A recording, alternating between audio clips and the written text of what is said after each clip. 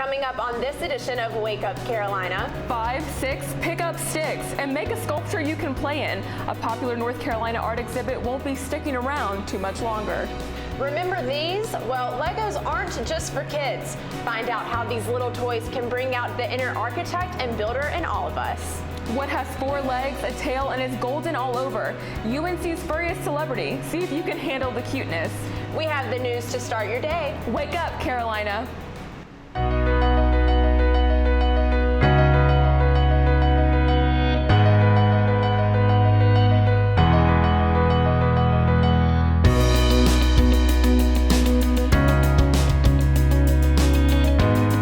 From the School of Media and Journalism, bringing you the news to help start your day. This is Wake Up Carolina. New UNC System President Margaret Spellings might have had a rough first day on the job this week. Good morning, I'm CB Cotton. And I'm Maddie Gardner. Students and faculty members have expressed concern over the closed-door meetings that led to her appointment, replacing Tom Ross, whom the Board of Governors ousted last year. Wednesday, protesters gathered near Wilson Library to express their discontent as Spellings entered her new position. Paris Austin reports. Stand up, fight back! Students are under attack! That's how some welcomed new UNC President Margaret Spellings.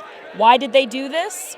I deeply care about equitable education access and making sure that students who are marginalized and disadvantaged have the opportunities and resources that the most privileged do. I'm also incredibly passionate about democracy, and I don't think the BOG and I don't think Margaret Spellings represent that at all. UNC's Board of Governors selected Spellings after former President Tom Ross resigned last January. Some say the board forced that move.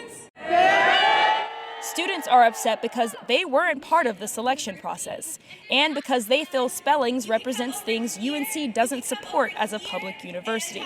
She wants an open dialogue of all races, all genders, all sexual orientations, but her past history does not show any of that. We couldn't reach Ross for comment, but he stated the following in a newsletter Tuesday. "It is unfair to blame her for what happened to me or for the process that selected her. Instead, we must all realize she is now the president of the best public university system in America." Will Weirson, vice chairman of the UNC College Republicans, says he supports Spellings. Can't look at the UNC system and say that there is not waste in our school right now. And so I'm looking forward to seeing how she can save money and promote higher education in our state. As for those who disagree, they plan to continue protesting until they feel justice is served. In Chapel Hill, I'm Paris Austin reporting.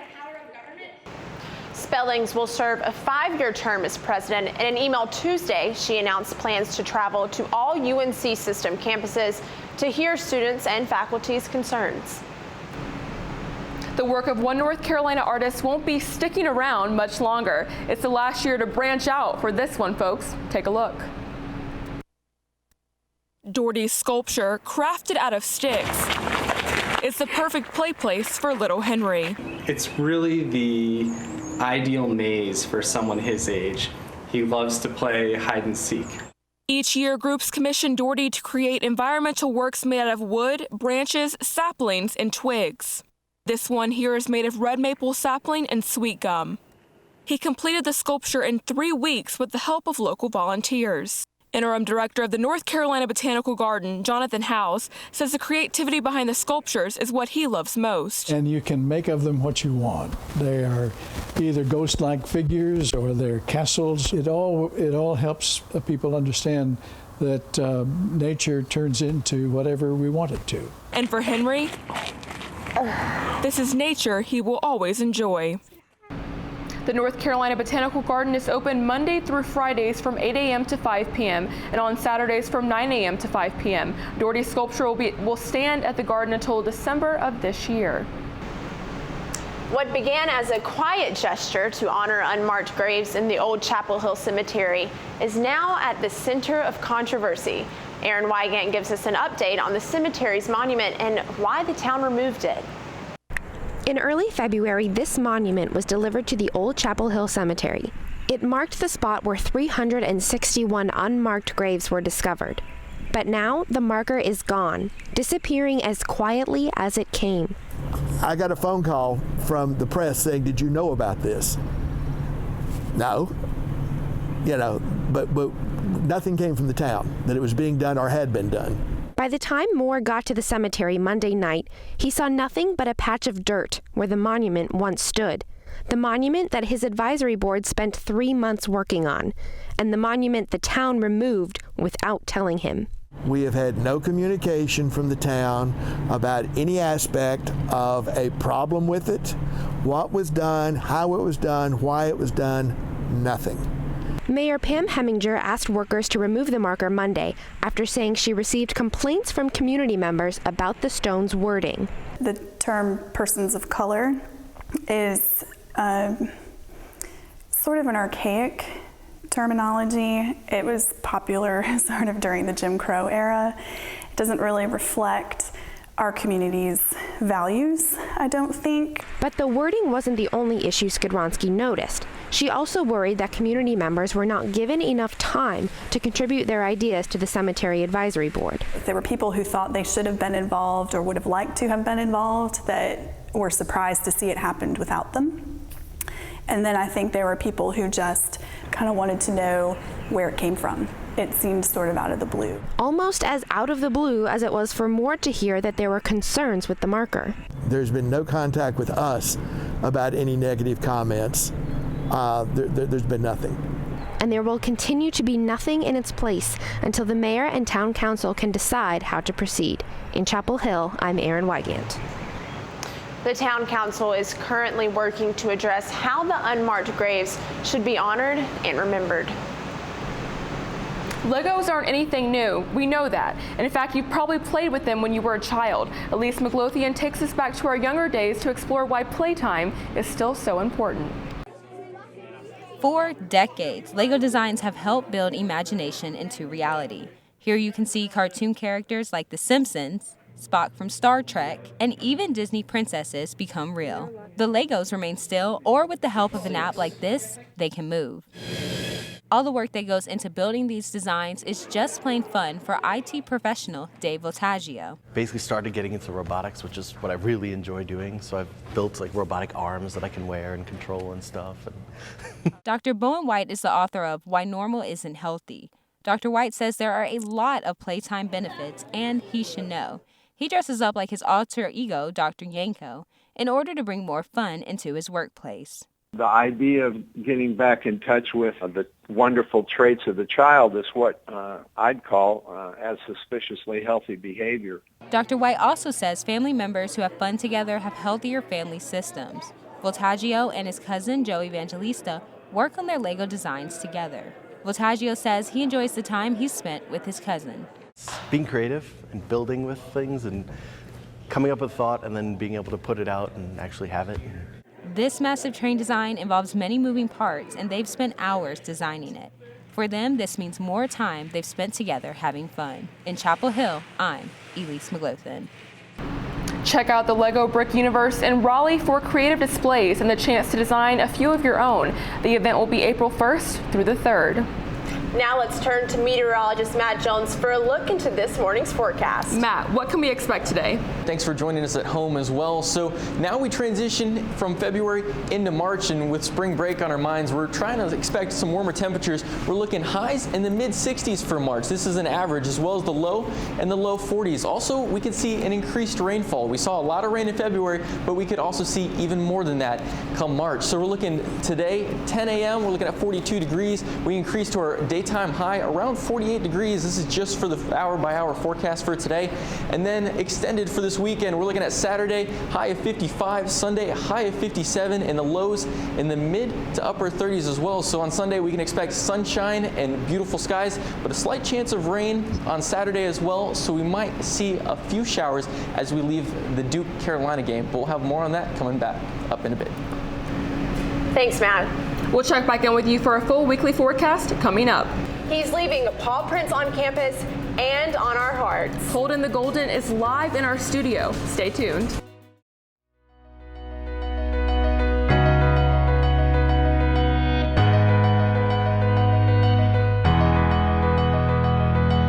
Next next time you go to your doctor, you might get a recipe instead of a prescription. Medical reporter Gayatri Ratho joins us now in the studio to explain. Gayatri, explain to us what this means. Well, Maddie, this is a new field called culinary medicine, where medical students are taking cooking classes to learn how to tell people about healthy alternatives. What you eat is the single biggest risk factor when it comes to premature death and disease in the country. That's according to a study in the Journal of the American Medical Association, yet only 19% of graduating medical students say that they are confident in their ability to dish out nutritional advice. Cooking and diet classes started at the Tulane University School of Medicine last year. 3rd and 4th year medical students are required to take a 4-week hands-on cooking course. They are then able to teach patients and community members the recipes they've mastered, as well as pass on valuable dietary information. As of now, more than 30 medical institutions have begun to incorporate cooking classes into their schools. Studies show that this kind of personable experience makes doctors much more likely to pass on health and dietary information to their patients. Experts say this controls cholesterol, high blood pressure, and diabetes. However, education in cooking is not required by any medical board. Wow, some great info, Gayatri, thank you. So the first thing I want to ask is that you mentioned these cooking classes. What types of cooking classes are these medical students required to take? Well, CB, they could take anything from Snacking 101, where you learn how to make delicious items like Parmesan popcorn, or you can take diet-related diseases and learn about the foods that people can prescribe to treat them. Usually, students go in 2-hour sessions and can learn up to 12 different dishes in just 2 hours. Wow. I'd like to know what kind of problems this addresses. Well, in the United States, obesity and diabetes and heart conditions are all chronic problems that require more than just a pill. It requires a lifestyle change. So the idea is that when you go to your doctor, they can prescribe you a recipe instead of a pill. Right. And I've heard a lot of this mention of preventative medicine. What is preventative medicine? Preventative medicine is just the shift we're seeing in healthcare that empowers patients to take control of their own wellness. So we're teaching patients how to cook at home, find the ingredients they need, go to the grocery store, plan for leftovers, and have a wholesome meal on a daily basis, and eliminate the risks of diabetes and obesity that are currently widespread across the United States. Yeah, so I see you brought some food on desk. Is this part of the diet? What kind of diet are they recommending? Yes, usually it's a component of some of the food groups that you've grown up with. We have your whole carbs, you have your vegetables, your fruit. Eliminating sodium and alcohol is also really important for your health. Eating less dairy but better quality dairy, eating lean meats, all of these things contribute to a more healthful lifestyle. Well, very nice. I like empowerment, empowering people to make the right decisions for their health. I like that, Gayatri. Thank you for joining us. Thank you. Imagine superhuman healing powers. Sounds like something from a science fiction movie, but it's a lot more realistic than you might think, and you can get it right here in Chapel Hill. Danielle Wallace reports. I mean, I wouldn't have came from Turkey all the way back to Chapel Hill to get treated by him if I didn't think he couldn't take care of me. So. WNBA player and UNC alum Ivory Latta flew back to her alma mater after a knee injury. She says opting for the platelet-rich plasma procedure, or PRP, was the obvious choice to get herself back in action.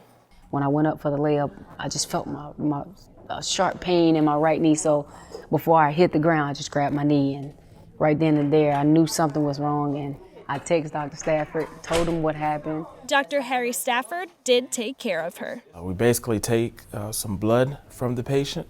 We spin the blood down. It separates into 3 layers. The middle layer has all the healing factors that your body normally sends out. We then take that layer and inject it into the area of the injury under ultrasound guidance, and it accelerates the healing process. Here at UNC Family Medicine, doctors use PRP to treat musculoskeletal injuries. That's anything from a sprained ankle or knee to tendon injuries and even hamstring tears. For professional athletes, quick recovery from injury is vital to their careers. It's very important for you to, stay fit, stay healthy, but also have a doctor like Dr. Stafford that if anything comes up, you can call, text him, and he responds right away, and he does a great job of trying to help you get back on the court. Dr. Stafford also treats many NCAA student athletes and even regular folk like you and me, whose careers don't depend on his work, but whose lives can still benefit from it.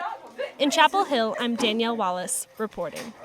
PRP has actually been around since the 70s and was used by dentists, but it wasn't until the 90s when doctors saw the value of treatment in sports medicine. Punxsutawney Phil didn't see his shadow last month, and we've had some warmer temperatures lately. Could the groundhog's prediction of an early spring be right? Matt Jones has the answer coming up.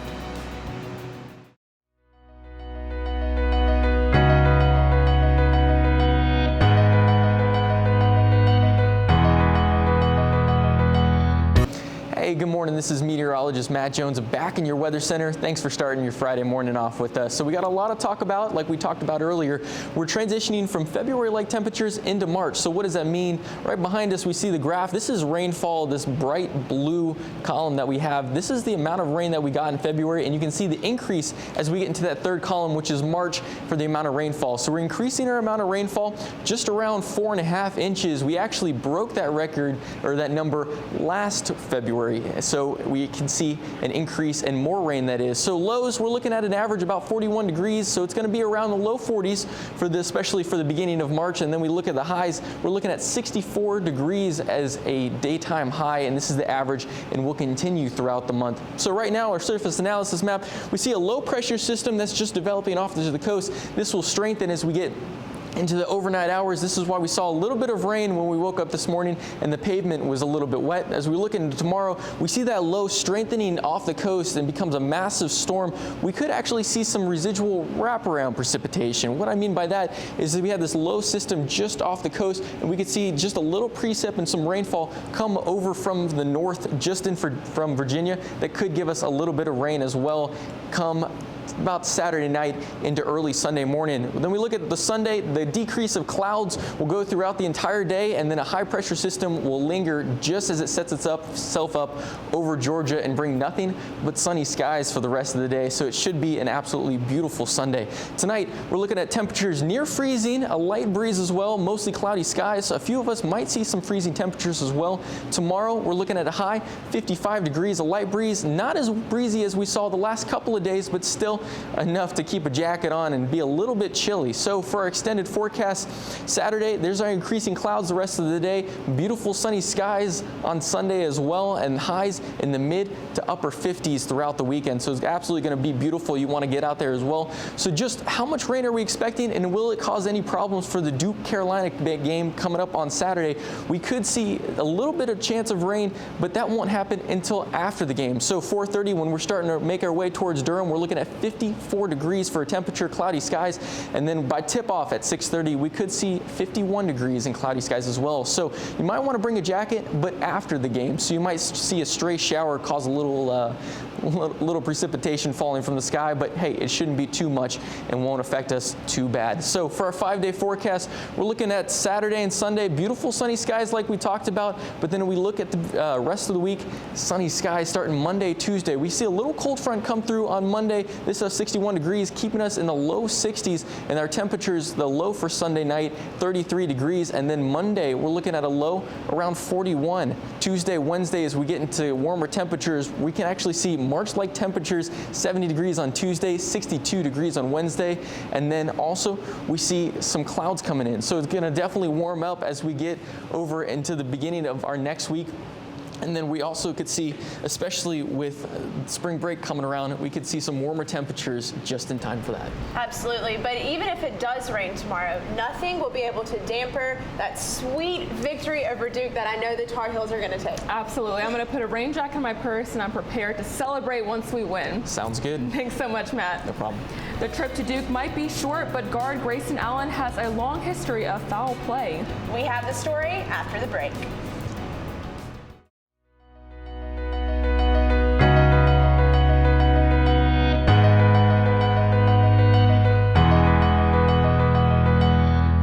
Welcome back to Wake Up Carolina. I'm Paige Hopkins with sports. It seems like just yesterday Marcus Page was UNC's leading scorer and Bryce Johnson screamed ferociously after every dunk. Actually, Bryce still does that. Regardless, 4 years later, those two, plus Joelle James and 3 other seniors, are finishing up their UNC careers. The Tar Heels jumped into their last home game of the season Monday night.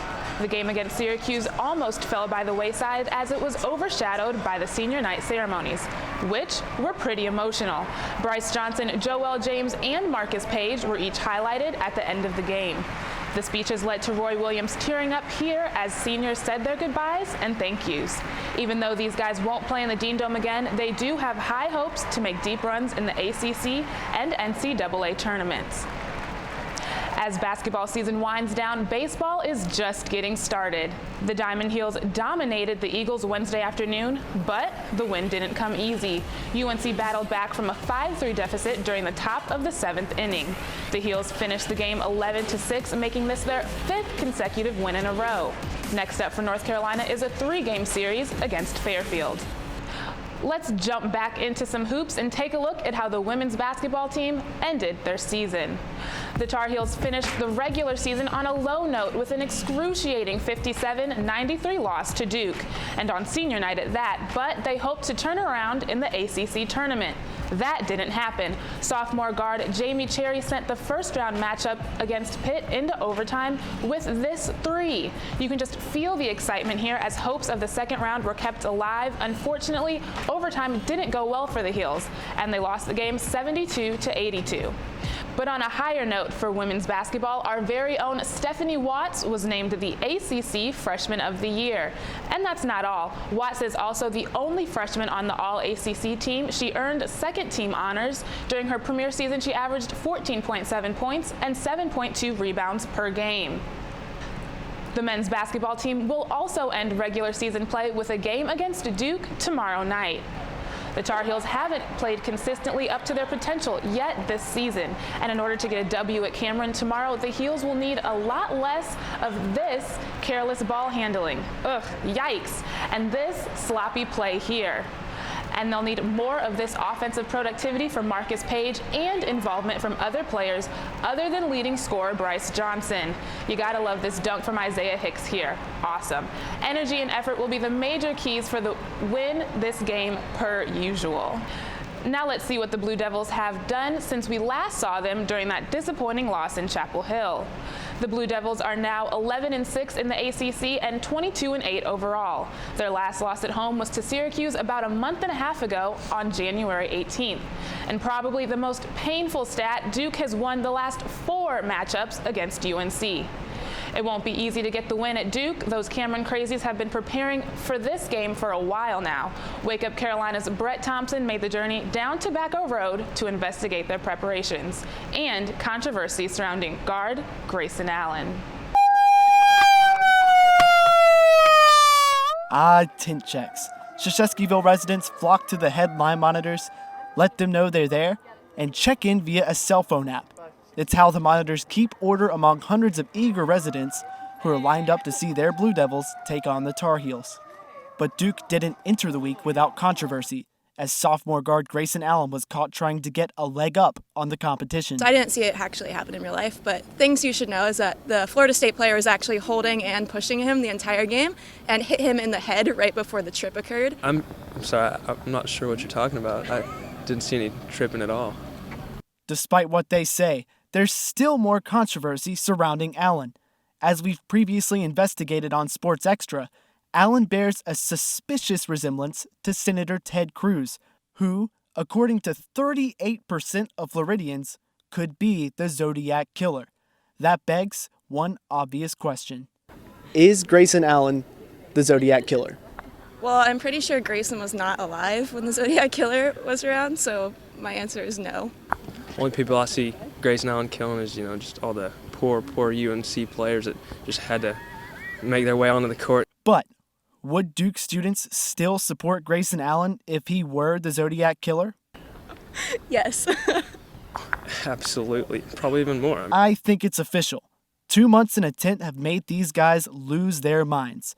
Fearing for my life in Durham, I'm Brett Thompson reporting. Now, it's so crazy to me that they spend so many cold nights out in those tents. I could never imagine doing something like that. And clearly it's making them crazy. I mean, what's worse, supporting a serial killer or supporting Grayson Allen? Right. Well, I'm over here sipping my coffee, and I'm looking at that package. Great job, Brett. Grayson actually looks a lot like Ted Cruz. He does. Uncanny. It's very weird. Well, we'll see what happens tomorrow night. I think it'll be a Tar Heel win. Thanks, Paige. Hope so. Well, when we come back, we're heading outside with the Insta-famous Holden the Golden. You don't want to miss this furry friend.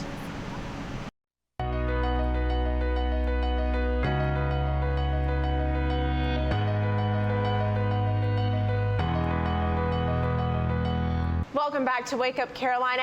Every campus has its celebrities. UNC's newest one just happens to have 4 paws and floppy ears. I caught up with the pup who's got us all on his leash. Aside from the occasional stick chewing and tail wagging, Holden Bowers is basically human. He even speaks. And when he can't get his point across, he has to ask his mom, Caroline, for a little help. I tried to actually get in Holden's mind and think, like, what would he say? Because he has such this ginormous personality, and it's so fun to be able to share it with so many different people. Holden, come here. Caroline keeps track of Holden's adventures through a blog and a number of social media pages. He has 13.2 thousand followers. Yeah, what do you have to say about that? Yeah, that's so awesome. While the Insta-famous pup does all the fetching things dogs do, he's also working on checking off his senior bucket list. He says it's doggone tiring. Okay, you want to lay down? Every UNC student kind of has things they want to do while they're at UNC, and a lot of them are the things that I put on his bucket list. The 50-yard line kiss, the biscuit from Sunrise, gotten Yopo. He got a free ice cream cone at Yopo. He's been to Sup Dogs. He got a hot dog. But for Caroline, it's more than Instagram followers and blog posts. It's a way to cope with having to say goodbye to a place she and Holden love. Like being able to write that through his perspective, it was therapeutic. He has definitely been something that I can confide in and I can hug anytime that I want to. And he brings so much joy to me, and being able to share that with other people has been really cool. We promised you puppy love this morning, and here it is. Holden the Golden and his human Caroline are here with us. Thank you so much for waking up with us this morning. So Caroline, this is an Insta-famous pup. What's it like keeping up with him? Oh my goodness, it's been a lot to handle, but Holden has been the best dog I could have ever imagined having. And I try to post a picture about every day, and so trying to keep up with him is hard, but he makes it very worthwhile. Yeah. Now, Caroline, a dog in college is such a big responsibility. What made you decide to get Holden? I've always loved animals, and I'm actually pre-vet, and I've always wanted my own golden retriever. And so I thought, well, when can I finally get one? And my senior year was the time to get this precious pup, and he has been, like I said, just beyond amazing. Yeah. Now, Holden has a very big birthday coming up. You're going to be 1, Holden, isn't that right?